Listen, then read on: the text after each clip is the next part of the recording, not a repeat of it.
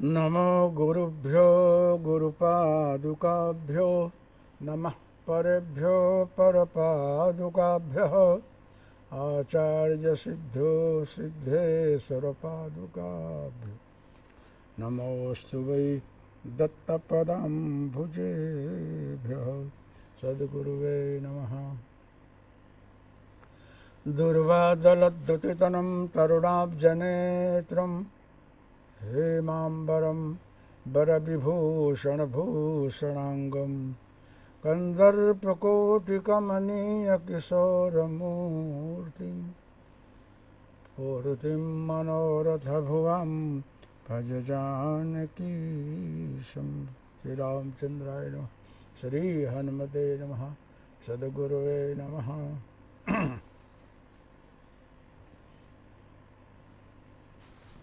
आज छठी भक्ति के ऊपर कुछ प्रकाश डाल रहा हूँ। सेवरी को प्रभु ने 9 भक्ति सुनाई है, उसी में आज छठी भक्ति है। अपने विचार से, वाणी से जितना भी अभिव्यक्त हो सकता हो उतना कोशिश की जाएगी। बाकी आप लोग अपने रीत से समझने की कोशिश करिएगा और पढ़िएगा, बाँचिएगा, मनन करिएगा, चिंतन करिएगा, सत्संग करिएगा। नवधा भगति कहूँ तो ही पाही, करु विचार सुनु धरु मन माही। भगवान ने बोला कि सेवरी, ये जो कुछ उपदेश हो, सत्संग हो, भगवत चर्चा हो, कल्याणकारी शब्द हों, उन्हें मन रूपी पिटारी में, तिजोरी में रखना चाहिए। इसीलिए कि चंचल मन जो है कहीं इधर उधर भागे नहीं, दौड़े नहीं। उस जब मन की चंचलता दूर होगी तो सब कुछ अपने आप समझ में आने लगेगा। मनेव मनुष्याणाम कारणम बंध मोक्षयोः। मन ही सब का कारण है, बंधन का न मोक्ष का। अगर इसे कुछ समझ में आ गया तो अन्य इंद्रियां बहुत जल्दी समझ जाती हैं। इसलिए तुम यहाँ रखना। यह कह करके प्रभु बोलते हैं कि छठ दमशील विरति बहु कर्मा, निरत निरंतर सजन धर्मा। छठ दमशील विरति बहु कर्मा, निरत निरंतर सजन धर्मा। श्री राम जय राम, जय जय राम। श्री राम जय राम, जय जय राम।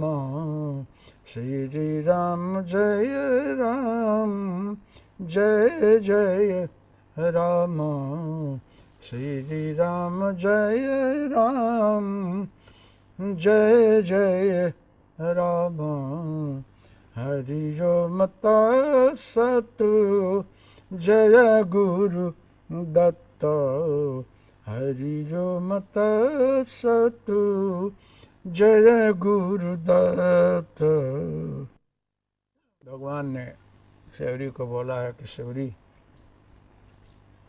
पहले मैं बता गया हूँ, इस प्रकार से कोई भी सत्संग सुनना हो तो ईष्टदेव के चरण में, गुरु चरण में मन लगा करके सुनना चाहिए। इससे वो चित्त में, मन में बैठता है और व्यक्ति को समझ में भी आता है। गुरु कृपा सिवाय सत्संग जल्दी समझ में नहीं आता है, चित्त में बैठता नहीं है और उसका जितना फल होना चाहिए उतना होता नहीं है। इसलिए तुम अंतर्मुख होकर के अपने चित्त में, मन में ध्यान रख करके गुरु पादुका का स्मरण करके तो सुन। छठ दमशील विरति बहुकर्मा। इस शरीर के अंदर षड ऐश्वर्य हैं और षड विकार भी हैं।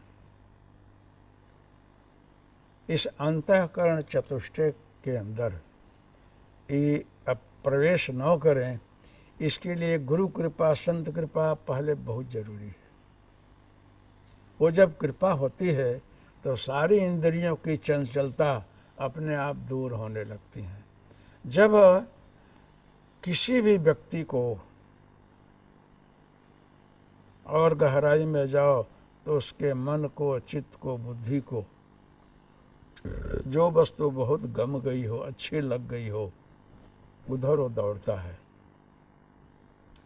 जो बहुत प्रिय लगता है उधर वो दौड़ता है, अच्छा लगता है वही वो चाहता है।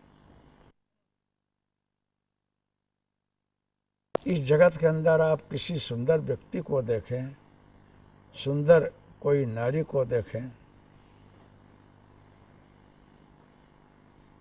आपको बहुत अच्छा लगेगा कि साक्षात सरस्वती हैं, देवी हैं, अथवा तो बहुत प्यारी प्यारी अच्छे स्वरूप में है ये।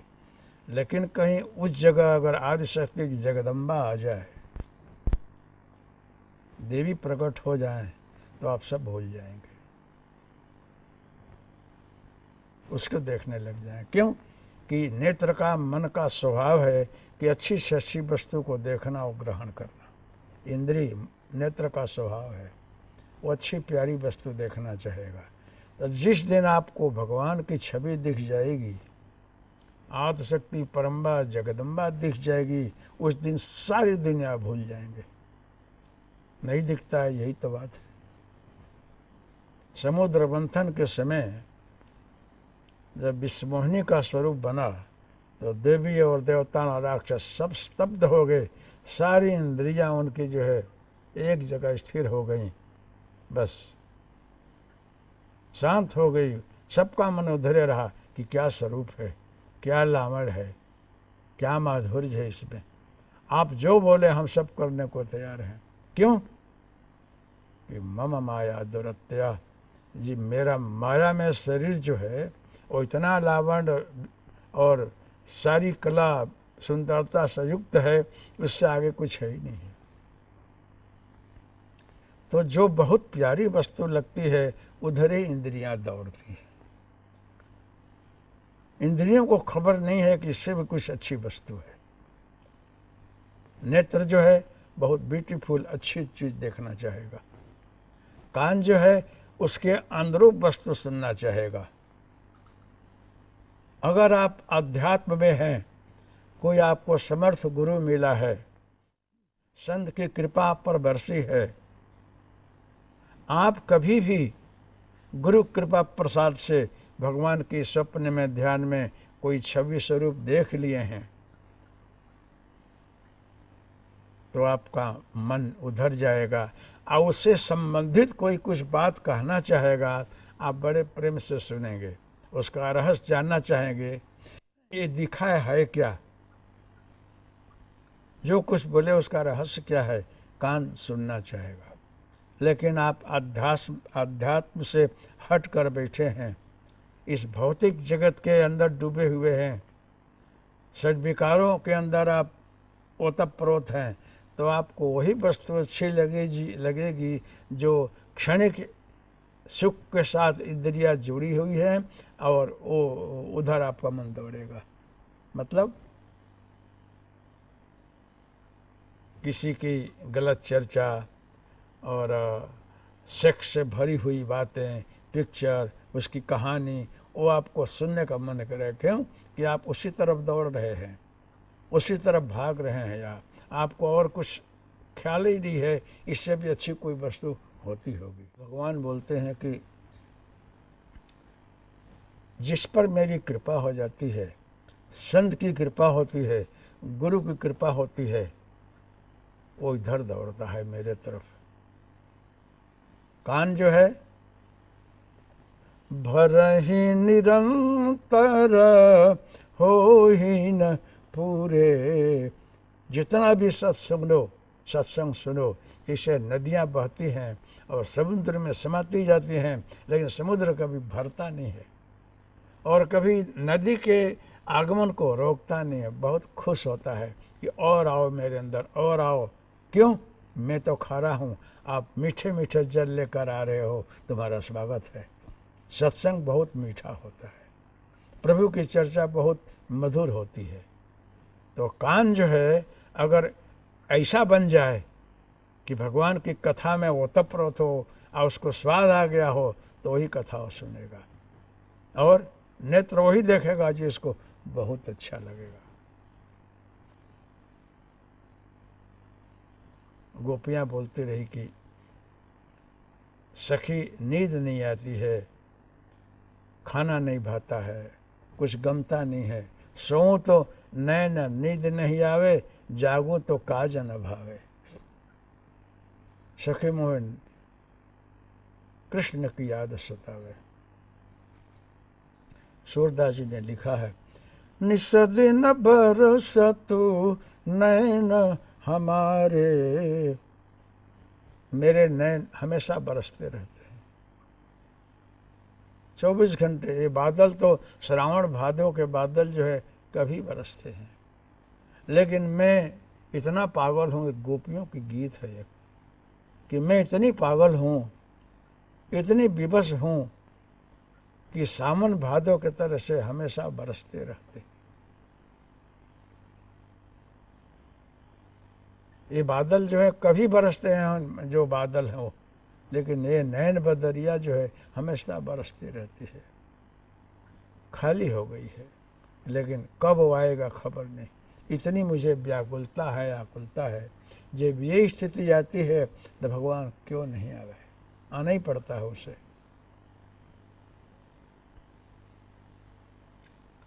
तो जो बहुत प्यारी वस्तु है, मन उधर जाता है। तो जब भगवान का आगमन होने को होता है, जब गुरु कृपा अंकुरित होती है, संत की कृपा आशीर्वाद जो है जब खिलता है, तो ये सब बातें शुरू हो जाती हैं। जैसे कि आपने खेत में बीज डाल दिया, कोई फल का बीज डाल दिया, उसमें खबर नहीं पड़ेगी, लेकिन 2 दिन 4 दिन 6 दिन में जैसी वो गुठली का प्रभाव हो, जैसा बीज हो, जैसे उस उर्वरा शक्ति उसके अनुसार वह उगता है।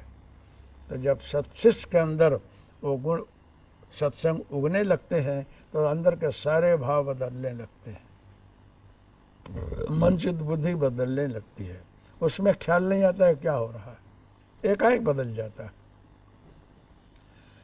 तो जब कृपा होती है न, जब सत्संग का भी अंकुरित होता है, तो मन उधर खिंच जाता है। अब मोहि भाव भरोसा हनुमंता, बिनु हरि कृपा मिले ही नहीं संता। विभीषण जी ने बोला है कि संत की कृपा जब होती है तो अपने आप, हनुमान जी भी बोल रहे हैं कि ये कोई संत भूमि लगती है, संत की कुटिया लगती है। इस रूप में दूसरा यहाँ कोई लंका में रहे ही नहीं, लेकिन इससे मिलूंगा तो हमको रास्ता मिलेगा, क्योंकि ये लोग संत लोग, गुरु लोग हमेशा सही रास्ता बताएंगे। हनुमान जी वहाँ बोले हैं। तो छठ दम शील विरत बहुकर्मा, ये संसार में ओतप्रोत जो इंद्रियां हैं, जिनका सहज स्वभाव ही बहिर्मुख, बहिर्गमन करना और बाहर दौड़ना, इनके ऊपर जिसका कंट्रोल हो जाए, इनके ऊपर जिनका अधिकार हो जाए, वो साधक अपने इंद्रियों का अंतर्मुख करके सब कुछ मेरे में लगा दे, वो बड़ी अच्छी भक्ति है। उस समय जो है मुझे उनसे मिलना पड़ता है। गो मतलब गमनशील इंद्रियां, ये बहुत जोर भागती है। गो मतलब इंद्री, इनका जो पालन कर उसका नाम गोपाल है। गो हो पालह, पालकः, जो इंद्रियों का पालन करता उसको हम गोपाल बोलते हैं। क्यों? इंद्रियां जो हैं इतनी जोर से भागती दौड़ती हैं, उसको चराने वाला, घेरने वाला, बस में करने वाला कोई चाहिए।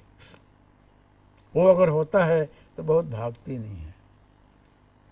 इनको भगाने के लिए मन बड़ा हेल्प करता है, मदद करता है। पहले इंद्रियां मन से जाकर मिलती हैं कि वहाँ जाना है, मजा आएगी, तो मन जो है लीली झंडी देता है तो सारी इंद्रियां उसके साथ दौड़ पड़ती हैं। सारी इंद्रियां एक साथ, क्योंकि मन है जो कभी रोकता है, कुछ बताता है, समझाता है, बाकी सब उसके साथ दौड़ती हैं। तो इसके पालक गोपाल हैं भगवान कृष्ण। इसीलिए हृदय रूपी वृंदावन में गोपाल बैठा हुआ है। वृंदावन उसको है जो आनंद बन अंदर है, वो बाहर नहीं है। वो अपनी ज्ञान और ज्ञान रूपी डंडा को लेकर के इंद्रियों को चरा रहा है, अंदर बैठा हो। गोपी वही है जो गोपाल जो इंद्रियों का रक्षण करता है। गोपी वही है जो इंद्रियों को पी गई है, अंदर उतार दी है। उनको गोपाल के सिवा दूसरा कोई दिखता ही नहीं है। जित देखो तित श्याममयी है, जिधर देखती हैं उधर कन्हैया दिख रहा है। कि भगवान ने वचन दिया है तो कुछ पूर्व जन्म का पूर्ण ही होता है। भगवान ने बोला है कि गोपियों, मैं कृष्णावतार में तुम लोगों को मिलूंगा। कहीं कथा आई है कि रामावतार में जब कन्याओं को भगवान ने छुड़ाया है तो जो बोली हैं कि प्रभु हमारा रक्षण करिए, हमारा अब कोई नहीं है, हम लोगों का जीवन किस काम का, आप स्वीकारें, हमारा भरण पोषण रक्षण आप करें। है कि हाँ तुम लोगों का कल्याण तो होगा, लेकिन जिस रूप में तुम लोग मुझे बोलती हो इस रूप में हम विराट स्वरूप बनाकर कृष्णावतार में हम स्वीकारेंगे। तो कृष्णावतार में ये सारी गोपियाँ 16,000 जो हैं वो कृष्णावतार में प्रभु को मानी हैं, उनको ही माता पिता गुरुपति सब स्वीकार लिए हैं। एक बार बोला रहा कि जो अज्ञानी लोग नहीं समझते हैं कि भगवान कृष्ण को बोलते हैं कि वो तो कितनी नारियों के साथ रहते और व्यभिचारी हैं, ऐसा है। लेकिन ये समझना बहुत मुश्किल है कि वो आकाश जो सबके अंदर है, नारी में, पुरुष में, पशु में, पक्षी में, देव में, दानव में, घर में, बाहर, मंदिर में, मठ में, बाथरूम में, लेट्रिन में, सब गौशाला में, हर जगह वही आकाश है। एक ही आकाश को आपने अपनी दीवार को बांध दिया है और उसका नाम लिख दिया है। अंदर जैसी प्रवृत्ति होती है उसके अनुसार अब उसका आप नाम रखें। मंदिर है, वहाँ एक मूर्ति आपने बैठा दिया है, वो बद्ध आकाश जो है मंदिर बना हुआ है। लेट्रिन बाथरूम जो है आप बाथरूम जाते हैं, नहाते हैं। एक जगह कत्ल खाना है, एक जगह रसोई बन रही है, एक जगह आपका शयन कक्ष है। आकाश वही है, लेकिन आप क्या प्रवृत्ति कर रहे हैं उसके अंदर वो आपके साथ में है। वो भगवान को आप कभी स्थूल शरीर में मत देखना, और गुरु को भी कभी आप स्थूल शरीर में गुरु को मत मानना। ये स्थूल शरीर केवल मार्गदर्शन के लिए है, बाकी गुरु जो है वो परमात्मा का स्वरूप है, अखंड व्याप्त है, क्योंकि उसकी वाणी है, उसकी समझ है, परमात्मा के साथ जुड़ी रहती है, हमेशा उस व्यापक चैतन्य की बात करता है, खुद उसमें रहता है और दूसरों को भी उधर ले जाना चाहता है। इतने विशाल क्षेत्र में है कि गुरु स्थूल शरीर नहीं है, मानव नहीं है। जिस दिन आप गुरु साक्षात परब्रह्म तस्मै श्री गुरुवे नमः समझ लेंगे, उस दिन से आपका कल्याण हो जाएगा। गुरु को कभी स्थूल में मत देखना, गुरु को साधारण मानव मत समझना। वही गुरु है जो राग द्वेष ईर्ष्या से पर हो, हमेशा दूसरे की प्रगति सोचता हो और करता हो, कभी भी किसी के मार्ग में अवरोध न पैदा करता हो, जो साधक अच्छे मार्ग में चलते हो उनको प्रेरणा देता हो, उसके अंदर ईर्ष्या राग द्वेष नहीं होती है। जो मूर्ख नहीं समझते हैं वैसा कुछ सोच जाते हैं। तो सदगुरु जो है अखंड व्याप्त है, इसलिए भगवान जो है वो व्यापक आकाशवत अखंड है। वो कृष्णावतार में कृष्ण सोते जागते उठते बैठते सबको दिखते रहे। एक एक गोपियों को उसके घर में कन्हैया दिखता रहा। सोते समय उनके साथ में कन्हैया रहता रहा,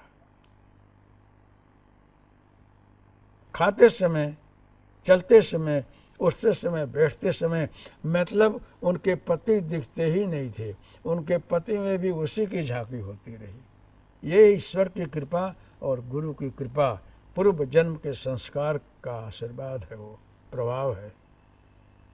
अब 16,000 तो क्या, लाखों लोगों को एक ही समय, उसी क्षण, उसी दिन, हर एक घर में जो एक ही कृष्ण दिखता हो, एक ही व्यक्ति दिखती हो, सोते जागते उठते बैठते सबके नज़र में वही आता हो, तो साधारण मानवी हो सकता है? अरे मूर्ख अज्ञानी, जो भगवान कृष्ण को व्यभिचारी बोलते हो और इतने नारियों के साथ गमन करते बोलते हो, तुम महान मूर्ख हो, तेरे को ज्ञान नहीं है, तुम अध्यात्म का खोटा झंडा लेकर फिरा रहे हो, तुझे योग की गहराई नहीं आती है, इसलिए ऐसा बोलते हो। किसी के अंदर इतनी ताकत है कि एक साथ लाखों लोगों को वो स्वरूप दिखाई पड़े, मात्र सपना नहीं, प्रत्यक्ष अनुभूति होती है। तुम्हारे परिवार के अंदर, तुम्हारे पति के अंदर वही दिखता हो, ऐसा किसी के अंदर ताकत है तो अपने स्वरूप को बता दो। है ताकत किसी में? ना हो तो कैसा नहीं बोलना। विद्यावताम भागवते परीक्षा, भागवत जो है वो बड़ा गहराई का विषय है। जब ब्रह्मा ने गायों को, ग्वालों को हरण करके कहीं रख दिया है कि भगवान कृष्ण नहीं है तो देखना है मुझे, और उसने उसी प्रकार के ग्वाल बाल गाय बाछड़ा का निर्माण कर डाला है, जिसके अंदर इतनी सृष्टि करने की क्षमता है, जिसके अंदर इतना गहराई का सूर्य विज्ञान है। वही ग्वाल, वही गोपाल वैसे ही निर्माण करके रख दिया है। ब्रह्मा एक गाय गोपाल वहाँ देख रहा है और वही झुंड यहाँ है, तो भ्रम में पड़ गए हैं। है क्या? माँ को भ्रम हुआ है कि यहाँ वहाँ दो बालक देखा, मति भ्रम मोर ज्ञान भी सीखा। एक वहाँ सोया है और एक यहाँ बैठा है, वही है कि क्या है, ये जादू तो नहीं है?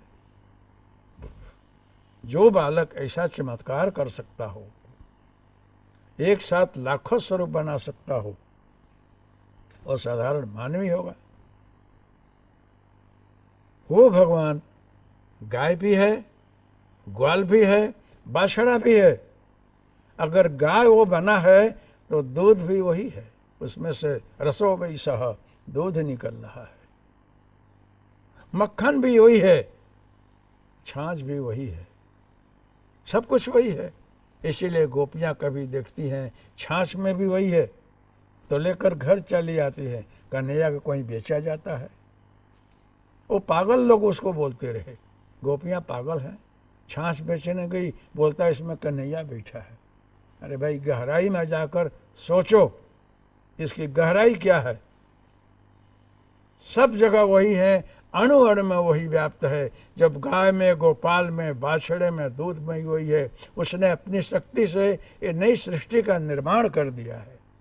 वो साधारण मानवी हो सकता है, लेकिन तुम लोगों को ज्ञान नहीं है।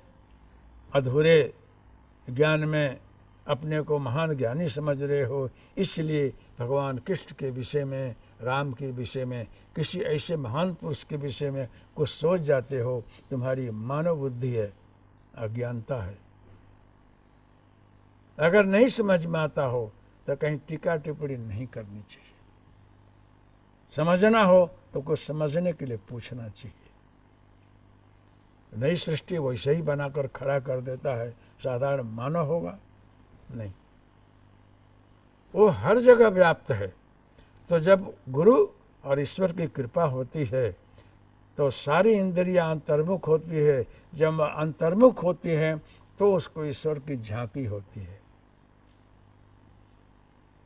इन आँखों से विश्व दिखता है, माइक जगत दिखता है। जब अंदर की आंखें खुलती है तो परमात्मा की झांकती होती है, अन्यथा नहीं होती है। ये आँख खुलनी चाहिए। इसीलिए मैं बहुत बार बोला हूँ कि जब अर्जुन ने बोला है कि तुम अपना मूल स्वरूप तो बता, तेरे को लोग भगवान बोलते हैं, तू अणु अणु में व्याप्त है, हर जगह तू ही है, इसे सुनता हूँ। अब बहुतों को तूने अनुभव कराया है, यशोदा मैया को बताया है तुमने, तुम्हारे मुख में वो दिखा है। दुर्योधन को भी कभी कभी तूने बताया है, अन्य को अपना स्वरूप बताया है, कभी मुझे तो बता, तेरा दर्शन करना चाहता हूँ। तू विराट स्वरूप है, क्या सही है? तो भगवान ने गीता के 11वें अध्याय में अपना अर्जुन को विराट स्वरूप बताया है। बोला है कि अर्जुन, तेरे को मुझे देखना हो तो दिव्य चक्षु दे रहा हूँ, इन आँखों से तुझे नहीं देख, तू मुझे नहीं देख सकेगा। ये आँखें माया देखने के लिए। आज जब तू नेत्र बंद करके अपनी तीसरी आँख से देखेगा तो मैं दिखूंगा।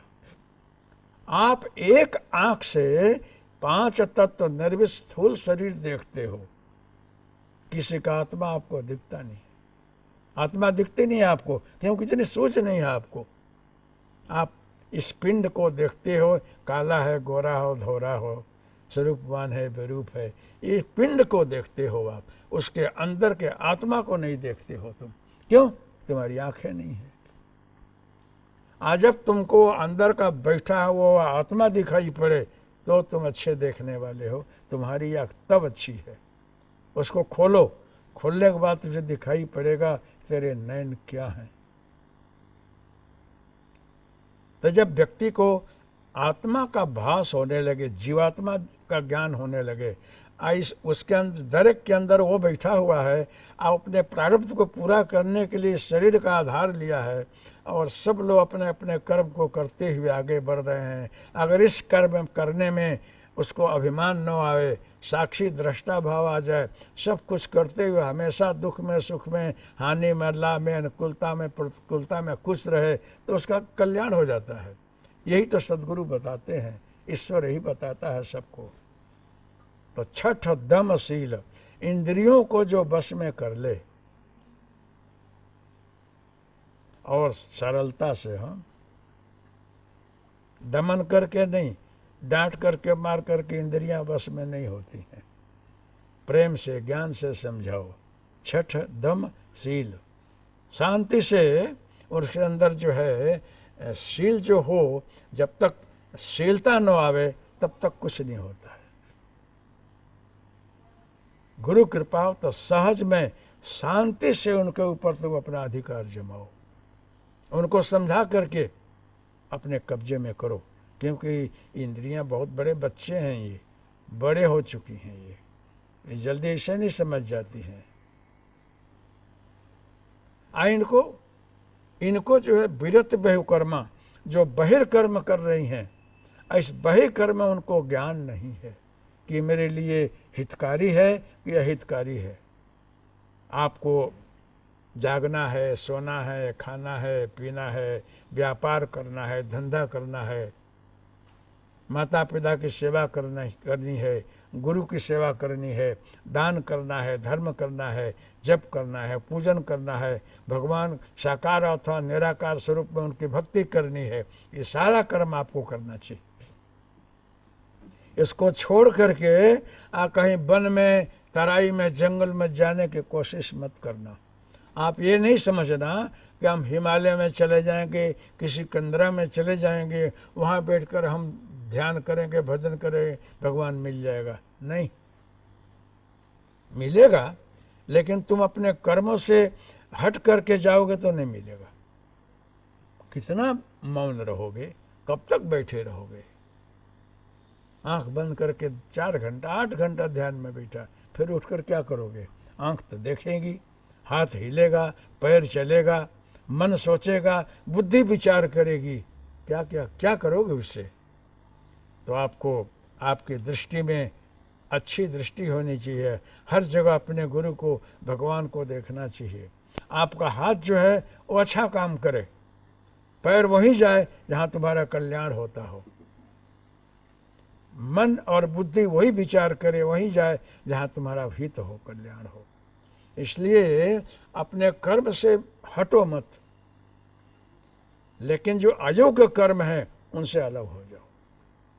विरति बहुकर्मा, जो बहुकर्म उसको बोलते हैं जो तुम्हारे हित में न हो, जिसमें तुम्हारा कल्याण नहीं है, वो मत करो।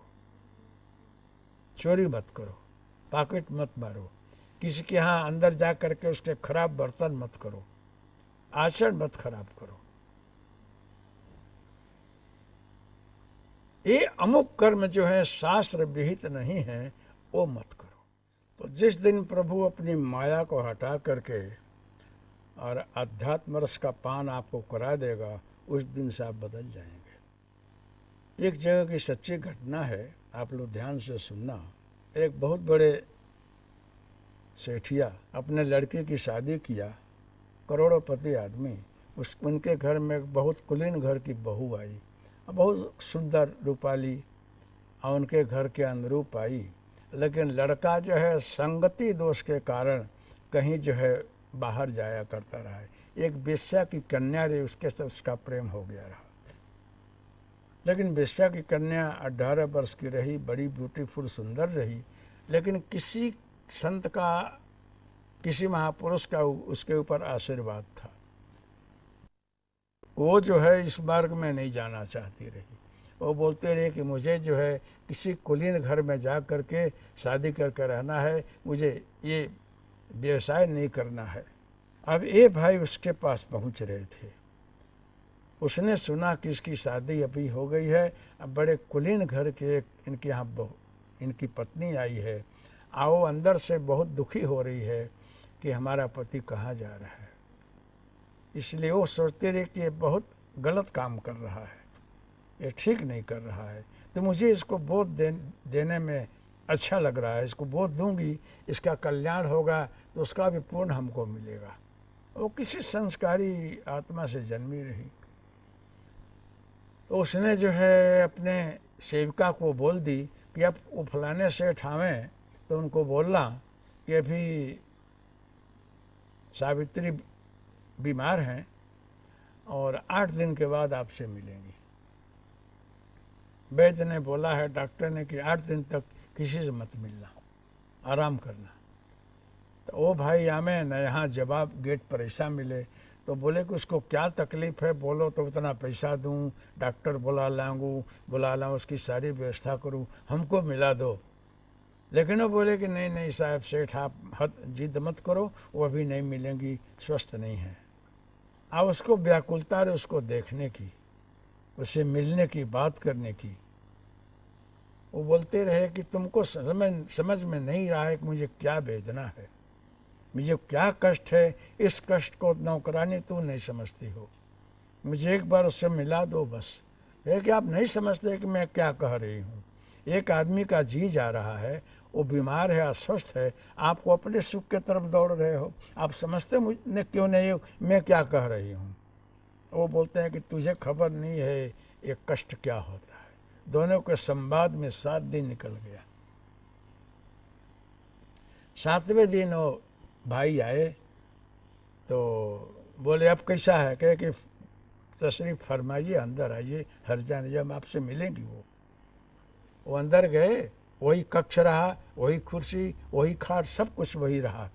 वो सावित्री ने बैठाया, बैठी आपसे, आपको बहुत कष्ट पड़ा, मैं बीमार हो गई थी, इससे आपसे मिल नहीं सकी। वो बहुत दुखी हो गए कि 7 दिन आपने गैप डाल दिया, आपको खबर है मेरी क्या हालत रही होगी। है कि हम उसे खबर रही, लेकिन करूँ क्या, मैं बीमार रही। बैठाया, 5 मिनट के बाद वो बोले कि अब मैं चलूँ, क्यों, आप जब आते रहे तो कहने से भी नहीं जाते रहे, इतना मुझसे प्रेम रहा, इतने मेरे में आसक्त रहे, आज बोलते हैं चलूँ। कहे कि नहीं, कुछ आज खबर नहीं, आज कुछ अच्छा नहीं लग रहा है। अरे क्या अच्छा नहीं लग रहा है कि मैं पहले आता रहा तो आपके रूम में सुगंधित सेंट का गंध आता रहा, फूल महकते रहे, आज कुछ दुर्गंध सा आ रहा है। तो उसने बोला कि आपको वो सुगंध से प्रेम है कि मुझसे प्रेम है, अभी मैं सेंट छटवा दूं, फूल मंगा दूं, बैठिए। नहीं फिर कभी मिलूंगा, अभी आपकी तबीयत भी नहीं अच्छी है। अरे मेरी तबीयत नहीं अच्छी है तो क्या हो गया, शरीर जो भी हो मैं तो हूँ, मेरे से तो प्यार करो, प्रेम करो, बात करो। मेरे से प्रेम है नहीं, आपका स्वास्थ्य जरा ढीला हो गया है, आपका चेहरा बिगड़ गया है, आप पहले कितनी ब्यूटीफुल अच्छी लगती रहीं, अब आँख भी नीचे उतर गई है, चेहरे। अरे आपको मेरे से प्रेम है कि मेरे शरीर से प्रेम है? तो कहे कि आप तो अभी अध्यात्म की बात कर रही हैं। प्रेम तो जो है ना देवी जी आप ही से है, लेकिन ब्यूटी न सुंदरता के साथ तो रहता ही है, तो मेरे शरीर से नहीं है। नहीं है, फिर भी आप पहले जैसे नहीं लग रही हैं। अरे हो क्या गया है? आप मेरे से प्रेम करते हो कि मेरे शरीर से? कहे कि लोग तो शरीर को ही देखते हैं, अंदर जो आत्मा बैठा है उधर दृष्टि नहीं जाती है। कहे कि आप मेरी बेटी तो देख लो। तो 7 दिन तक वो उनको जुलाब लगा रहा, और जुलाब कर करके 7 दिन हंडी में रख करके ढक रखी रही, और रूम में ही रखा रहा, बाहर नहीं।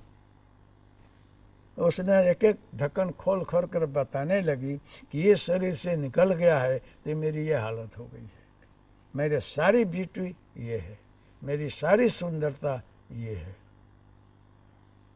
तो दंग रह गया कि हमको बता क्या रही है। आप शांति से थोड़ी बार बैठ जाओ। देखो हम जो कुछ खाते पीते हैं उसका रस बनता है, विटामिन बनता है, तत्व बनता है। वो विटामिन ए है, बी है, सी है, शरीर में जा कर के तो कोई चमड़ी में, कोई हड्डी में, कोई चेहरे में, कोई ब्लड में, कोई हाथ में काम करता है। उससे अपना शरीर की खिलावट होती है। इसीलिए शरीर दुबला पतला, काला धोरा, तेज बेतेज दिखता है। खाली कारण ये है। तपस्या करो तो तेज अलग होगा, लेकिन ये खाने पीने का जो स्वरूप है, ये खाने पीने के तत्वों से बनता है। तो ज्ञानी पुरुष सेठिया शरीर नहीं देखते हैं, चमड़ी नहीं देखते हैं, तो खाली शारीरिक सुंदरता की तरफ नहीं दौड़ते हैं। ज्ञानी पुरुष आत्मज्ञान की तरफ दौड़ते हैं। आत्मा जो है परमात्मा का स्वरूप है, सबके अंदर वही बैठा है। किसी को दुखी नहीं करना, किसी के साथ धोखा नहीं देना, किसी के साथ बनावट नहीं करना, और जिसको स्वीकारो उसके साथ आत्मीयता के साथ रहो, अंतर से प्रेम करो।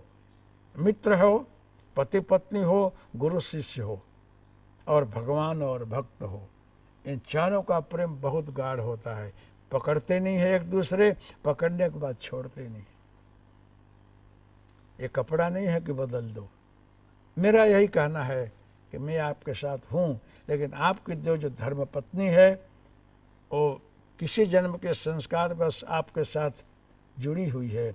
उसके साथ निखालस प्रेम करो, छल कपट रहित उसके साथ रहो, सारा समर्पण पर उसके साथ करो। फिर जहाँ फिरना हो हीरो फिरो और उसके साथ प्रेम करो। धोखा मत दो, नहीं तो पुनर्जननम मरणम के चक्कर में पड़ोगे, तेरा हित नहीं होगा। सोच लो। तो उसको तो ये बात अंदर उतरने लग गई, गंभीर हो गया। यहाँ से गया, बोला कि बोली रही कि जाकर तुम एक थोड़ी देर ध्यान में आंख बंद करके बैठना और मेरी बात का मनन चिंतन करना, फिर सोचना। वो जाकर बैठा और एक एक सेकंड में उसकी बात याद ही आ रही थी कि सेठ कहाँ जा रहे हो, किसी के साथ धोखा तो नहीं कर रहे हो, बनावट तो नहीं कर रहे हो, ठगा तो नहीं रहे हो, इन दुनियों के पीछे बह तो नहीं रहे हो, क्षणिक सुख के तरफ दीवाना तो नहीं हो। अंदर उतरो और देखो, अपने पत्नी के तरफ देखो, मित्र के तरफ देखो, माता पिता गुरु के तरफ देखो। बार बार उसकी बात उसको पिंच कर रही थी। उसके बाद वो घर आया, गया, फूल हार लाया, फूल हार ले करके और अपने पत्नी को जा कर के गले मिला, प्यार किया, बोले कि चल मेरे साथ। क्यों? कि बस गुरु जी से मिलना है। अब उनके कोई गुरु जी रहे, उनको बताए रहे कि देवी तुम्हारा पति अगर ठीक नहीं है तो तुम भगवान से प्रार्थना करो। और इतना बड़ा सेठिया है, स्वतंत्र है, उसको क्या कोई समझाएगा? समझाने वाला परमात्मा है। मन चित बुद्धि पर वही कंट्रोल रखता है। अगर तुम अंतर से संकल्प करेगी, तुम्हारा संकल्प रिमोट कंट्रोल के तरह से उसके मन को कब्जा करेगा, सात्विकता की तरफ ले जाएगा, एक दिन वो सुधर जाएगा। उसका परिणाम ये हुआ। तो वो दोनों जाकर गुरु जी को प्रणाम किए और उसके बाद बोले कि मेरे सच्चे गुरु जो हैं, मैंने को गुरु बनाया है, उसका दर्शन करना है। वो फूल हार लिया, वो वेश्या की छोकरी के घर गया और उसको जाकर के दोनों ने हार पहनाया। सेठिया बोला कि इसको तुम गुरु मानो और हार पहनाओ, और उसके चरण में पड़ा कि आज जो है कोई गणिका आप नहीं हो, आप मेरी आदिशक्ति जगदम्बा हो, मेरी माँ हो, मेरे गुरु हो, मेरे सर्वस्व हो। आज तुमने मेरे हृदय को बदल दिया, आज से मैं बदल गया हूँ। और आज जो है अगर तुम मानो, एक अपना फ़ोटो दे दो तो मैं तुम्हारा फ़ोटो रखूँगा और दिल में रखूँगा, तुझे पूजूँगा और निर्दोष भाव से तेरे अंदर भगवान के भाव से पूज कर तेरी बंदगी करूँगा। आज तूने मेरा जीवन बदल दिया। दोनों बदल करके उस वेश्या को गुरु माने हैं। तो आप लोग पढ़े होंगे कि सदगुरु वेश्या को भी गुरु बनाए हैं। 24 गुरुओं में सुना है ना। क्यों? उससे भी बोध लिया है, ज्ञान लिया है, उससे कल्याण होता है। आप लोग कथा तो अन्य भी सुने होंगे, ये तो गहराई की बात बता रहा हूँ कि एक मंदिर में दो हैं, सन्यासी है न वेश्या है, एक दूसरे को देख रहे हैं। सन्यासी जी देख रहे हैं कि हो ये कैसी है, इसका इतना सुंदर शरीर है, इतनी ब्यूटीफुल है, किस मार्ग में जा रही है, इसका कब कल्याण होगा, बहुत गलत रास्ते है ये। इतने होकर भी नहीं समझते हैं कि मानव शरीर किस लिए है। तो उसी का चिंतन महाराज आखिरी रात करते रहे। उनको अधोगति शरीर छूटा तो, और वेश्या बोलती रही कि ये संत जी कितने अच्छे हैं, मानव शरीर ले करके तो कितना सन्मार्ग में हैं, अपना कल्याण कर रहे हैं, अपना जीवन बना रहे हैं, इनको धन्यवाद है। मैं कितनी पापनी हूँ कि रोटी के लिए, इस पेट के भरण पोषण के लिए, थोड़े पैसे के लिए मैं इतने गलत रास्ते कितने पुरुषों के साथ जा रही हूँ। मेरे ये सब पापनी कोई नहीं है, हे भगवान मेरे पर दया करना।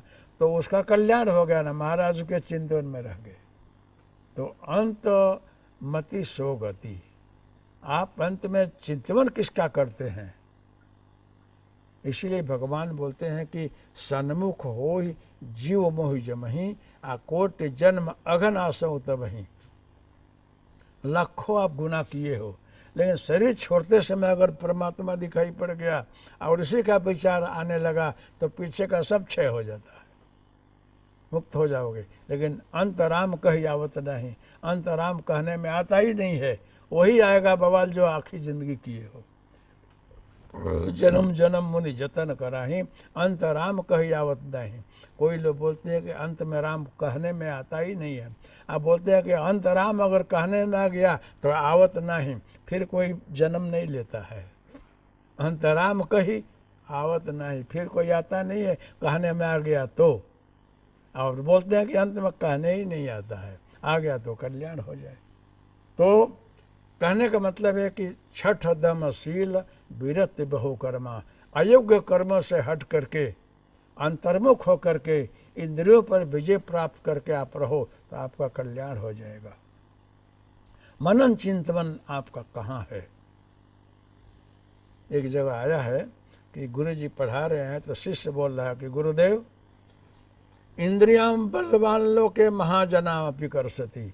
इंद्रियां बड़ी बलवान होती हैं, महापुरुषों को भी अपने तरफ खींच लेती हैं। ये आपका कहना ठीक है। तो ये संसारियों के लिए है, जो संसार में रहते हैं, बस्ती में रहते हैं, उनके सामने ये सारी इंद्रिय जन्य वस्तुएँ आती हैं, एक दूसरे को देखते हैं, वो आकर्षित होते होंगे। लेकिन हमारे जैसे जो जंगल में पड़ा है, कंदरा में पड़ा है, गुफा में पड़ा है, उसके लिए ये श्लोक सही नहीं लगता है। इस पर हड़ताल लगा दिया जाए, लीटा लगा दिया जाए, ये अपने लिए लागू नहीं पड़ता है। गुरु जी ने बोला कि बेटा रहने दे, इसका अर्थ फिर कभी समझा दूंगा, अभी इसको छोड़ दे। यहीं हो गया। माह का महीना आया, ठंडी पवन चलने लगी, सुरसुराहट, शरीर ठिठुरने लगा। लकड़ी ला ला करके जंगल में सब रखे हैं, और शिष्य भी अपने घर में लकड़ी आकर धुना जलाया है, जला करके रखा है। पवन सुसरार चल रहा है, उसी समय बाघ का महीना है और रात्रि में 2-3 बजे कोई बड़े मधुर स्वर में कोई कोकिल कंठा गीत गा रही है, विरह की, और गाते हुए आ रही है। उसके स्वर इतने मधुर रहे, इतने व्यथित रहे कि भगवान इस समय भी मल्हार राग में, और मल्हार राग में भी गाने के बाद वो भैरवी गा रही थी। सुबह भैरवी गाई जाती है। सुने और गए, देखे तो इतनी सुंदर स्वरूप में कोई देवांगना है। पूछ रहे हैं कि देवी आप क्षमा करना, आप कोई देवकन्या हो, देवांगना हो, नाग कन्या हो, अथवा तो वो कोई अप्सरा हो। मानव सृष्टि में ऐसा रूप नहीं देखा। अब जो भी आपको बंधन है, आप रात में यहाँ ठंडी में फिर रही हैं और कपड़े भीने हो गए हैं, ठंडी लग रही है, आप हमारे यहाँ कहाँ जाना चाहती हैं? कि मुझे जाना है तो रास्ता भूल गई हूँ, जंगल में हूँ, अभी सुबह हो तो कहीं जाई नो महर्षि, आपको दंडवत नमस्कार है, अभी मुझे कोई रास्ता मिलेगा तो, अभी अंधेरे में कहाँ जाऊँ? एक चलिए आप मेरे कुटी में, वहाँ रहिए, सुबह जहाँ जाना हो जाइएगा, मैं वहाँ सारी व्यवस्था कर दूँगा। तो बहुत कृपा हुई आपकी। लेकर आए, एक पर्णकुटी रही, बड़ा धूना बीच में रहा। बोले देवी आप इसमें रहिए, मैं उस कुटी में छोटी उसमें जा रहा हूँ, वहाँ रहूँगा, आप सारी रात इसमें रहेंगी। ये दरवाज़ा जो है लकड़े का बंद कर दीजिएगा, और इसमें आप जो है, मेरे पास कोई आपके लायक वस्त्र है नहीं, तो इसी धूना के गर्मी के अंदर आप अपना कपड़ा सुखा लीजिएगा और आपको ठंडी में नहीं लगेगी, सुबह जो आप चले जाइएगा। तो बस महाराज कृपा, आपको कष्ट तो दिया, लेकिन अब आप संत हैं, आप दयालु होते हैं, करके रही वो। तो महाराज के मन में जो है और भैरवी आकर्षक गाना सुनाई पड़ रहा था, और उसका लावण्य स्वरूप जो है मनन हो रहा था। कितनी सुंदर है, कितनी अच्छी गाती है, कैसी प्यारी है, कितनी। तो फिर उठ कर के आए कि हमारा मन उधर क्यों जा रहा है। फिर आकर बोले कि देवी एक बात ध्यान रखना, यहाँ मेरे स्वरूप में एक राक्षस रहता है जंगल में, वो कभी कभी आता है और बोले देवी दरवाज़ा खोलो, मैं फलाने ऋषि हूँ, तो खोलना नहीं, वो मैं नहीं हूँगा, वो राक्षस होगा, इसलिए सावधान करने आए। कि भले गुरुजी। चले गए। और उसके बाद वो फिर अंदर गाना गाने लगी वो कन्या, और महाराज का मन फिर उछला। अब फिर जो उठ कर के आए कि खोलो, एक है दुष्ट, गुरुजी ने बोला है कि इस रूप में कोई राक्षस होता है, मैं नहीं खोलूँगी, चला जा दुष्ट, चला जा। नहीं नहीं देवी, मैं अपने बचाव के लिए ऐसा बोला रहा, वो नहीं है, मैं हूँ। एक हट दुष्ट, माया भी ऐसे ही बोलता है। बहुत बोले नहीं, खोली नहीं। फिर सीढ़ी लगाए, ऊपर चढ़ करके छापड़ा फाड़ करके नीचे कूद गए, और जाकर उसको पकड़ करके आलिंगन किए और प्रेम से बातें करने की। जब आँख खोले तो देखे तो व्यास जी हैं, दाढ़ी है, जटा है, चंदन है। बोले बेटा जो श्लोक बोल रहा था कि इंद्रियाम बलवान लोके महाजनाम अपि कर सती, लाओ उसका अर्थ लगा दूं। बस गुरुजी मेरा सब काम समझ गया मैं। अहंकार कहीं भी दुखदाई है, अहंकार अति दुखद डमरुआ। अहंकार जो करके चाहे उससे कुछ नहीं होता है, मेरे को आप क्षमा करें, फिर आज से कभी अहंकार नहीं लाऊंगा। अब विनम्र भाव से चरण में शरणागति रख करके भजन करूँगा, मेरे पर कृपा करें। नारद जी को जब अहंकार हो गया कि मैंने कामदेव पर विजय प्राप्त कर लिया, तो नारद जी को भी भगवान ने चक्कर चढ़ा दिया और विश्वमोहिनी का स्वरूप बना दिया। राजा भी पैदा कर लिया, रानी भी, कन्या भी आ गई, और नारद जी से स्वयंवर भी लगवा दिया। नारद जी गए और बंदर का रूप मिल गया।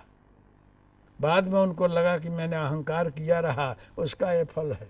शील निधि राजा, रानी, न विश्वमोहिनी कन्या सब आ गई।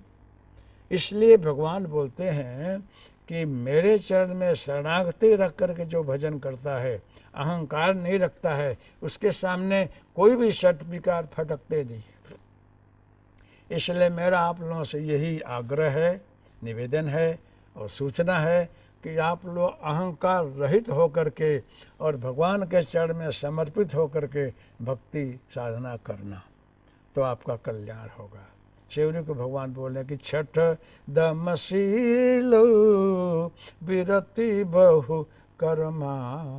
शेवरी, तुमने इतने समय तक यहाँ भजन की है, छोटे से आई है और इतनी बड़ी हो गई, और गुरु चरण में अनन्य शरणागति न श्रद्धा। शेवरी सुबह उठते ही श्री राम जय राम जय जय राम, श्री राम जय जय राम करते हुए रास्ता सफा करना, रेती बिछाना, काकरी हटाना, फूल तोड़ना, लकड़ी लाना, गुरु जी की सेवा करना, सारे दिन शेवरी के उसमें जाते रहे और श्वासों श्वास में प्रभु का नाम स्मरण। और ऋषि लोग जो वर्णन करते रहे भगवान कैसे हैं, कितने स्वरूपवान हैं, कैसे उनकी छवि है, माता जी सीता जी कैसी हैं, लक्ष्मण जी कैसे हैं, सारा वर्णन करते रहे। तो नेत्र के अंदर नेत्र रूपी कैमरा जो सुन करके भाव रूपी भाव में मर करके वो चित्त में बैठा लेती रही और वही ध्यान करती रही कि कभी मेरे भगवान मिलेंगे, हमको भी दर्शन देंगे। ऐसे सुनते सुनते शेवरी वृद्ध हो गई। और जब गुरु जी का शरीर छूटने लगा तो बहुत रोने लगी कि अब मेरा सहारा सब चला जा रहा है, आप नहीं हैं तो मैं जीऊँगा कैसे, रहूँगी कैसे। भगवान मतंग ऋषि ने बोला है कि शेवरी, मैं तेरी सारी सुरक्षा कर दिया हूँ, कोई तकलीफ तुझे नहीं पड़ेगी, मेरा सारा आशीर्वाद का कोष तेरे साथ है, तू यहीं रहना, तेरे को भगवान मिलेंगे, यहीं आकर दर्शन देंगे। इतनी उम्र हो गई, शेवरी वहीं बैठी है, गुरु का आशीर्वाद लेकर के इतने वर्षों में राम पधारे हैं। तो वो बता रहे हैं कि तुम्हारी इंद्रियां किस तरह से अंतर्मुख रही, इंद्रियों को बस करना कोई मामूली बात नहीं है। तो शेवरी इतने वर्षों तक रही है और सारे मन चित्त बुद्धि को प्रभु में लगा करके अन्य कुछ विचार ही नहीं आवे, कैसे जी होगी। देखो, एक कोई राजा है, एक महात्मा के पास, बोले कुछ खाने को नहीं है, बहुत भूखे हैं। तो महात्मा ने थोड़ा थोड़ा कंद की कटकी दिया, 5 लोग रहे, मंत्री, महामंत्री, राजा, 2 और सेवक। वो लोग खाए, खा करके घर आए और आकर के एक दूसरे से मिले। मंत्री बोला कि महाराज आपको कुछ अनुभव? एक यहाँ अनुभव है, वो कंद का खाने से अंदर बहुत खराब विचार आए हैं, उत्तेजना बहुत आई है, सेक्स का भाव आया है बहुत ज़्यादा। तो वो महात्मा बोला कि हम यही खाते हैं, तो कैसे रहता होगा, ये ठीक नहीं है। तो बोले हाँ महाराज बात सही, उसको राज से निकाल दिया जाए, वो दम भी लगता है। महाराज गए, बोले कि आप यहाँ राजपाट छोड़ करके चले जाओ यहाँ से। कहे कि हाँ महाराज मैं चला जाऊँगा, लेकिन मुझे सपना आया कि आप 7वें दिन में 7 दिन के अंदर आपका शरीर छूट रहा है, तो मैं इतने देर भजन किया हूँ, तो आपका आशीर्वाद मैं देना चाहता हूँ। तो उससे बचना हो तो ये एक जड़ी है, आप खा करके रहो 7 दिन, और उसके बाद आप आओ, आपका कल्याण हो गया, बच जाओगे तो मैं आशीर्वाद देकर फिर जाऊंगा। मैं आप रहो मरो नहीं, इसके लिए आशीर्वाद दे रहा हूँ, करके देख लो। वही कंद का कटका दूसरे रूप में दिया, राजा खाए, खा करके आए। बोले कि आपको कैसा लगा? क्योंकि महाराज दिन रात भगवान से प्रार्थना करता रहा कि मेरा कल्याण हो, मैं मरूं नहीं, और 7 दिन जो है बच गया, लेकिन मेरा उद्धार हो गया महाराज, मरा तो नहीं, आप अच्छे संत लगते हो। कहे कि देखो वही कंद मैं तेरे को दिया जो पहले दिया रहा, और वही 7 दिन अभी भी दिया, तेरे को कुछ नहीं हुआ। क्यों? कि तेरा मन और कहीं रहा। परीक्षित को वही राज है, वही पाठ है, वही रानियां हैं, वही परिवार है, लेकिन सब बेकार लग रहा था, क्योंकि मृत्यु खड़ी रही। 7वें दिन में मरना है उसको। गृहीत व केशेषु मृत्युना धर्ममाचरित, जो मृत्यु केस को पकड़ी हुई है, आइस हमको मरना है ही एक दिन इस जगत को छोड़ कर जाना है, ये मान करके सावधानी से कर्म करते हुए, प्रभु स्मरण करते हुए आज जीना है। अगर ये मान करके रहो तो आपको जगत कुछ अवरोध पैदा करता ही नहीं है, कोई बाधक नहीं है, सब साधक है। कुछ भी खाओ, कुछ भी पियो, कैसे भी रहो, लेकिन मन आप वहाँ लगाए रखो, कुछ नहीं होगा आपको, ये आपके ऊपर है। तो इंद्रियों को अंतर्मुख करके आज जो प्रभु में बन करके रहता है, उस पर भगवान की कृपा होती है। आप कहाँ हो, आप कर्म किस लिए कर रहे हो, आपका मन कहाँ जा रहा है। लेकिन आप जो हैं अंतर्मुख होकर के जीना ही नहीं जानते हैं। अब देख लो आप कि यही संसार है, यही जगत है। इसमें एक योगी भी रहता है, एक तपस्वी भी रहता है, एक वनेचर भी रहता है, एक डाकू भी रहता है, एक व्यापारी भी रहता है। सबकी विचार, सबकी दृष्टि अपने रीत से अलग अलग है। सब अपने अपने रीत से जी रहे हैं और सब लोग अपने को सुखी मानते हैं, फिर भी दुखी हो जाते हैं। कुरंग मातंग पतंग भृंग मीना हता पंच अभिरेव पंच।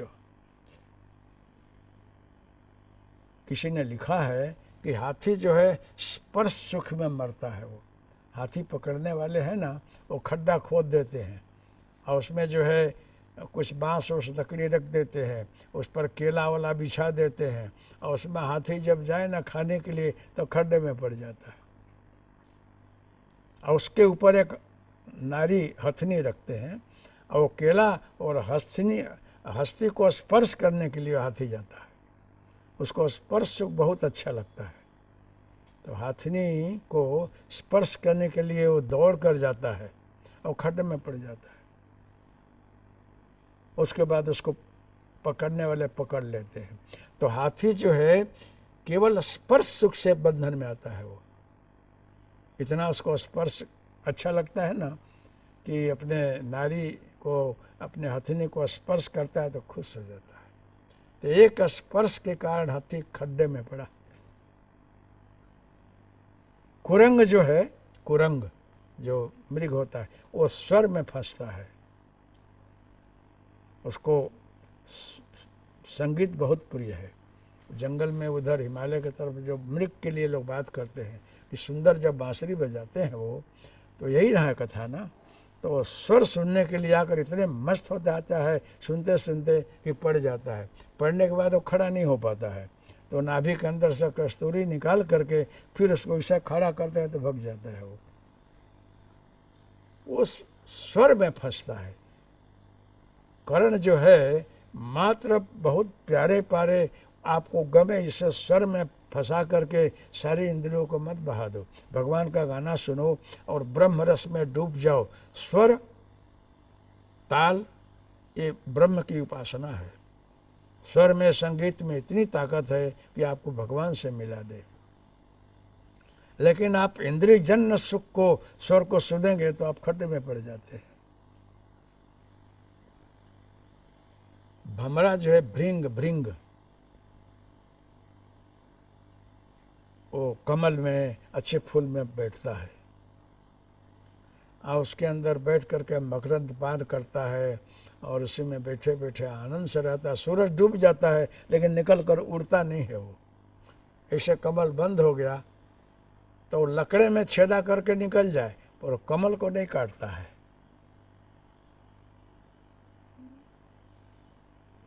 क्योंकि क्या काटना है इसको, इतना सुंदर कोमल वस्तु को क्या काट दो, बैठे रहो। तो एक कवि ने लिखा है कि रात्रिर्गमिष्यति भविष्यति सुप्रभातम भास्वान दिश्यति हसी सति पंकजश्री इत्थम विचिन्त्यति कोशगते दुरेफे हा हंति हंति नलिनी गज उज्जहार।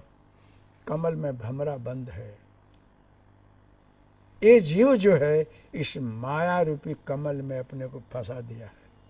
ये माया रूपी कमल में ये जीव बैठा हुआ है। इसको इतना सब प्यारा प्यारा लगता है, मधुर लगता है, इसे बाहर नहीं निकलना चाहता है। कमल में बैठा हुआ भमरा प्रतीक्षा कर रहा है कि सूरज निकलेगा तो कमल खिलेगा तो उड़ जाऊंगा, तब तक आराम से बैठो, मकरंद पान करो, फिरो। वो सोचते सोचते रहा तहाँ हाथी, रात में हाथी आए और घुसे पानी में और पैर के नीचे कमल को न भमरे को, दोनों को कुचल दिया। भमरा मर गया। इस प्रकार से जीवात्मा इस माया के अंदर सुख, आनंद, लावण्य, माधुर्य, सुगंध ले रहा है, बैठा है। कल ये खाऊंगा, कल ये फिरूंगा, कल वहाँ जाऊँगा, कल ये करूँगा। कभी उसको भजन का, साधन का मन ही नहीं रहता है। भगवान का चिंतन नहीं करता है, ज्ञान भक्ति के मंडप में जाता ही नहीं है, इस माया के कमल से निकलता ही नहीं है। इतने देर में, इतने ही देर में जो है महाकाल आता है। और क्या हुआ? हार्ट अटैक आ गया। क्या हुआ? श्वास चढ़ रहा है, हार्ट बीट बंद हो रहा है, बेभान हो गए हैं। थोड़ी देर में तो उसको कहाँ गया खबर नहीं पड़ती। इसलिए एक क्षण में जो है उसको यहाँ से विदाई हो जाती है और सब कुछ पड़ा रह जाता है। तो भमरा जो है वो कुरंग मातंग पतंग भृंग, कुरंग मातंग पतंग भृंग, भृंग भमरे को बोलते हैं। पतंगिया तो रूप में मरता है। तो वो जो है स्वाद के कारण, सुगंध के कारण उसमें बैठा है।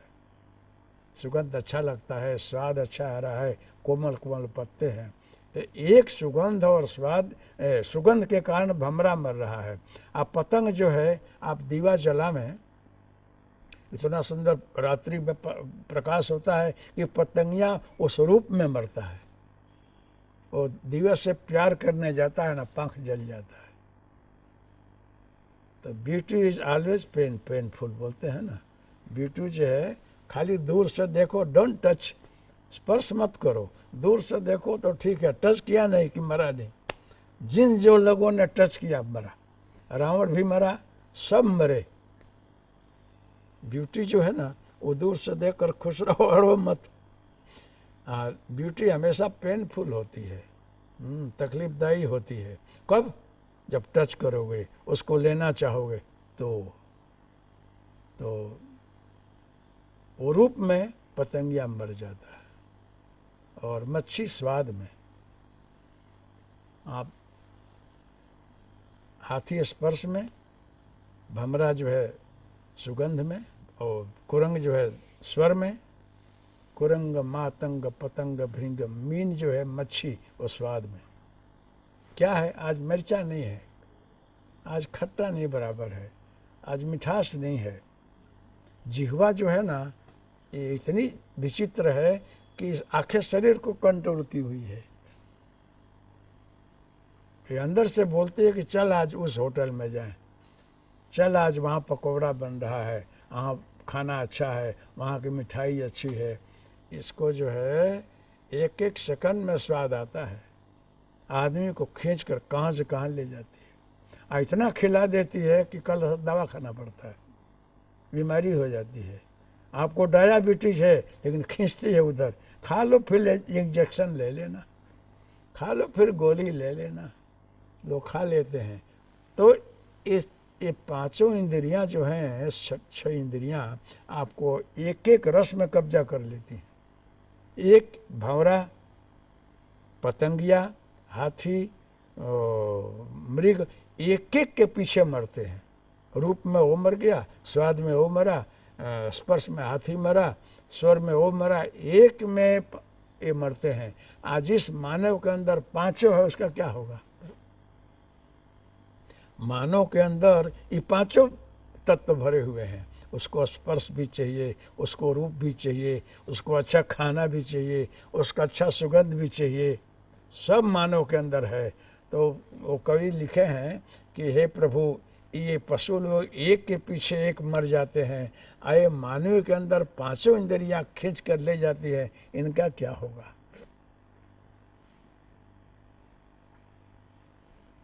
इनका क्या होगा? तो इसलिए सावधानी की बहुत ज़रूरत है। तो वो व्यक्ति महान है। शिवरी को इसलिए इसमें कुरंग मातंग पतंग भृंग मीना हाथा पंच अभिरेव पंच। तो सारे इंद्रियों को अंतर्मुख करके आजो गुरु संत के बताए हुए मार्ग में लगा करके और जो चले, उसको क्या नहीं मिल सकता है। भगवान की, संत की, गुरु ये कभी नहीं बोलते हैं कि तुम संसार को छोड़कर कहीं चले जाओ। नहीं, इसके अंदर रहो, लेकिन जल कमलवत रहो, असंग लिप्त भाव से रहो, दृष्टा और साक्षी भाव से रहो, तुमको कुछ नहीं नड़ेगा। तो छठ दमशील विरति बहु कर्मा निरत निरंतर सजन धर्मा। इसलिए इसके अंदर रहो, रहो इसके अंदर, लेकिन इंद्रियों को अंतर्मुख करके और बताए हुए गुरु और सज्जनों के मार्ग में चलो, तो तुम जिस लिए आए हो अपने फर्ज को भूल मत जाओ। मानव शरीर जो है आत्मज्ञान के लिए, स्वस्वरूप की अनुभूति के लिए, मुक्ति के लिए, परम पद प्राप्ति के लिए, परमानंद सुख पाने के लिए है। ये मात्र इस भौतिक क्षणिक सुख में अपने को व्यस्त करके जीवन खपा देने के लिए नहीं है। ये बहुत बड़ी अज्ञानता है कि रागत द्वेष में, भूसा तुषी में, भूतु में, मेरे तेरे में लोग पढ़ करके ये अमूल्य मानव जीवन खपा देते हैं। चाहे जितने रजवाड़े हुए हैं, चाहे युधिष्ठिर हों, अलर्क हों, राजा जनक हो, दशरथ जी हों, जो भी हों, वो लोगों ने राजपाट किया है। कोई भी ज्ञानी पुरुष ये नहीं बोलता कि तुम कुछ करो मत, सब कुछ करो, राज करो, पाठ करो, व्यवस्था करो, लेकिन सारी सृष्टि उसकी है, इसमें आसक्त मत हो, ये सब तेरा है ऐसा मत मानो। रघु राजा रहे तो सारा खजाना लाकर भरते रहे और प्रजा को खिला देते रहे, अपनी मोहर नहीं लगाते रहे। परहित सरिस धर्म नहीं भाई, अब पर पीड़ासम नहीं अधमाई। जो दूसरे के हित में, दूसरे के भले में, दूसरे के सुख शांति के लिए जीता है वो महान है, आदरणीय है, वंदनीय है। वो ऐसी जिंदगी जियो। स्व सुख के लिए आकुल व्याकुल मत बनो, दम्भ मत करो। तुम संचालक बन करके, राजा बन करके और खुद के कल्याण के लिए तुम लड़ो मत, तुम प्रजा के कल्याण के लिए लड़ो, सबकी भलाई के लिए लड़ो। तुम जो बोलते हो सही है कि नहीं, तुम जो करते हो वो ठीक है कि नहीं, विचारो। नहीं तो कोई नहीं बोलेगा तुम्हारे हाथ में सत्ता है, तुम महान हो इस समय, लेकिन शरीर छोड़ने के बाद तेरी दुर्गति होगी। अंतर्मुख होकर देखो तुम अपने लिए क्या कर रहे हो। संग्रह मत करो, तुम्हारे लिए मत करो, दूसरे के लिए करो, परोपकार करो, सबका हित सोचो, मंगल करो। तो भगवान बारंबार शिवरी को संकेत कर रहे हैं कि तुम छोटे से लेकर के वृद्धावस्था तक शिवरी जिस प्रकार से जी हो, तेरा तन मन शरीर वंचित बुद्धि सब सेवा में लगा है, जीवा से प्रभु स्मरण की हो, तेरी सारी इंद्रियां तरमुख रही है, इसलिए वो परम भक्ति है, उसमें भगवान को आना ही पड़ता है। तो आप लोग जो है, जीभ है, आँख है, कान है, हाथ है, पैर है, पंच ज्ञानेंद्री, पंच कर्मेंद्री हो, उसको कहाँ ले जा रहे हो? बस में रखो, उस पर कंट्रोल रखो। एक के बगैर तुम इस सारे इतने बड़े शरीर को बिगाड़ो मत। देखो अगर गुरु जी बोलते हैं, वैद्य बोलते हैं, डॉक्टर बोलते हैं, उसमें तुम्हारा हित है, ऐसा करो। नहीं मानोगे तो हो सकता है कभी पछताना पड़े, लेकिन गुरु है, वैद्य है, माता पिता हैं, तुमको समझाते भी हैं, तुम्हारी सुरक्षा भी करते हैं, बचाते भी हैं और बोध भी देते हैं, लेकिन तुम्हारे हित की बात बोलते हैं, वो उसे करो। तुमको जो ईश्वर ने दिया है उसका सदुपयोग करो, बाकी तो तुम छोड़कर जाने वाले हो। कोई भी आदमी यहाँ से कुछ भी लेकर जाने वाला नहीं है। ये देखता है, मसान में जाकर जला करके और समाधि देकर आता है, उसमें बोलता है कि बड़ा कष्ट रहा, बड़े अच्छे रहे, लेकिन खुद को नहीं सोचता है कि मैं भी जाने वाला हूँ, मेरी भी ये गति होगी, मुझे भी लोग आकर जला जाएंगे, दफना जाएंगे, तो मेरा क्या हो गया? कोई सोचता ही नहीं है। दूसरे के लिए सारा वेदांत ज्ञान है। तो ज्ञानी पुरुष चाहे वक्ता हो, लेखक हो, श्रोता हो, सब वही बुद्धिमान है, वही अच्छा वक्ता है, वही अच्छा श्रोता है, वही अच्छा लेखक है जो अपने आचरण में रखता है। आचरण न रखे तो इस उपदेश का कोई अर्थ नहीं है। तब आप लोग कभी कभी ध्यान में उतर करके खुद को देखने की कोशिश करना है। इसीलिए मैंने सदगुरु से प्रार्थना करके सब संकेत करके हरिओम तस्य जय गुरुदत्त ला कर रखा हूँ। सदगुरु ने दिया है। अब कहाँ का है क्या है मैं कभी पूछा नहीं हूँ, इसे ध्यान लगता है इतना जानता हूँ। ये बोल करके रोज़ 10 मिनट बैठो ध्यान में तो आपको ध्यान लगेगा और आत्मचिंतन होगा और धीरे धीरे आपके जितने सद्विकार हैं उन पर कंट्रोल होने लगेगा और अमल में भी कंट्रोल होगा, आपको समझ में आने लगेगा। और हो सकता है कि एक दिन एकाएक छूट भी जाए, इनकी कृपा हो तो क्या नहीं हो, सब कुछ हो सकता है। क्या है कि छठ दमशील विरत बहुकर्मा निरत निरंतर सज्जन धर्मा। सज्जनों के कर्म में धर्म में लगे रहो और इंद्रियों से को हटा कर का अंतर्मुख करो। एक एक इंद्रियों को भगवान में बना दो, हाथ पैर सब उन्हीं का काम करे, उन्हीं की भक्ति करे। तो ऐसी भक्ति अगर जहाँ होती है वहाँ भगवान नस नस में रहते हैं, वहाँ उनको आना ही पड़ता है। ऐसी भक्ति में भगवान रचे बचे। तो शिवरी को उस दिन आज जो है ये छठी भक्ति सुनाए और उसके बाद शिवरी गदगद हो गई और धन्य धन्य मानने लगी। बारंबार गुरु को स्मरण करी है और उनकी कृपा की यादी आती है। सत्संग का प्रभाव उसे ख्याल आ रहा है, आज प्रभु प्रत्यक्ष हैं, ये देख करके शिवरी गदगद है, अश्रुपात हो रहे हैं, उसका कल्याण हो रहा है, मंगल हो रहा है, बहुत प्रसन्न है। श्री राम जय राम जय जय राम, श्री राम जय राम जय जय राम, श्री राम जय राम जय जय राम। मंगलमस्तु कल्याणमस्तु शुभमस्तु। हरि ओम तत्सत। जय गुरुदत्त। हरि ओम तत्सत। जय गुरुदत्त। हरि ओम तत्सत। जय गुरुदत्त।